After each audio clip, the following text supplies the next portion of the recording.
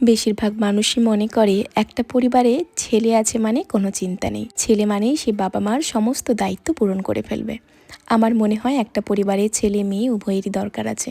Hello সবাইকে, আমি রাসমণি। আমার নতুন আরও একটি ব্লগে তোমাদের অনেক অনেক ওয়েলকাম। ব্লগটা ছিল বেশ কিছুদিন আগের।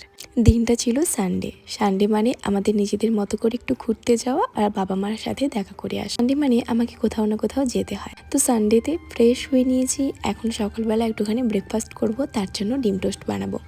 আর আজকে যাব মায়েদের বাড়িতে। জানো তো, এই যে দায়িত্বটা শুধু ছেলেরাই পালন করে এমনটা নয়। প্রত্যেকটা পরিবারে বাবা মার প্রতি কিন্তু মেয়েদেরও একটা দায়িত্ব থাকে। তবে হ্যাঁ, সেই ছোট থেকেই শেখানো হয় যে বাবা মার দায়িত্ব মানেই ছেলেরাই পালন করে। এখন সময়ের সাথে সাথে মানুষের চিন্তা ভাবনার অনেক পরিবর্তন হয়েছে। যেই পরিবারে ছেলে নেই সেই পরিবারে মেয়েরাও কিন্তু বাবা মার ভালোভাবে দায়িত্বগুলো পালন করে। আবার ছেলে থেকেও যে বাবা মার দায়িত্বগুলো পুরোপুরি ভালোভাবে পালন করে, বাবা মার খুব ভালোভাবে দেখভাল করে এমনটাও কিন্তু নয়। সব কিছুটা সময়, পরিস্থিতি, সমস্ত কিছুতে কিন্তু পাল্টে যায়। তো এখন আমার ডিম টোস্ট বানানো হয়ে গিয়েছে, আর এদিকে আমি মায়ের সাথে কথা বলতে বলতে ডিম টোস্টটা খাচ্ছিলাম। তো এখন আমি আবারও রেডি হয়ে নিয়েছি, একটু বাজারে যাব আর মায়ের সাথে দেখা করতে যাব।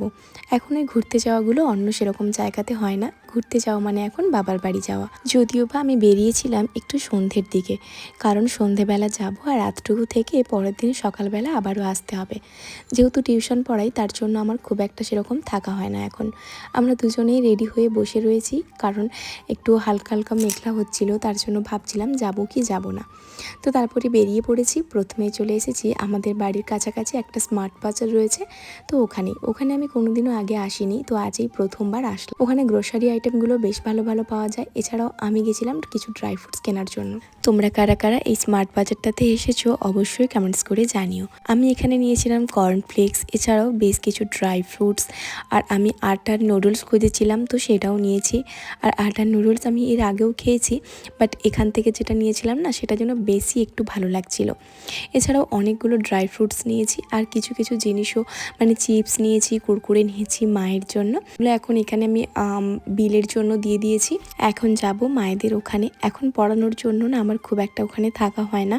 যখন আমি শ্বশুর বাড়িতে এসে পড়ানো শুরু করিনি তখন মোটামুটি গিয়ে থাকতাম, তবে এখন আর আমার থাকা হয় না। তো এখন এই যে বাজার করা হয়ে গিয়েছে, তো এখন যাব। আর আমার দাদা যেহেতু কাজের সূত্রে বাইরেই থাকে, আর দাদাকে বাইরে থেকেই কাজটা করতে হবে, তার জন্য আমরা কিন্তু ঘন ঘন বাবা মার কাছে যাই। আর বাবা মাকে মোটামুটি এক সপ্তাহে তো দেখতেই যাই। এছাড়া বাবা যেহেতু একটু অসুস্থই ছিল, তার জন্য বাবার ঔষধপাতি সমস্ত কিছু কিন্তু নিয়ে যেতাম মাঝে মধ্যে। তার জন্য আমার কিন্তু সপ্তাহে 2-3বারও যাওয়া হয়ে যেত। বাবা এখন একটু সুস্থই রয়েছে, তার জন্য এখন যাওয়া হয় না। এই যে মায়ের কাছে চলে এসেছি। চলো আজকের ভিডিও এইটুকুই, টাটা।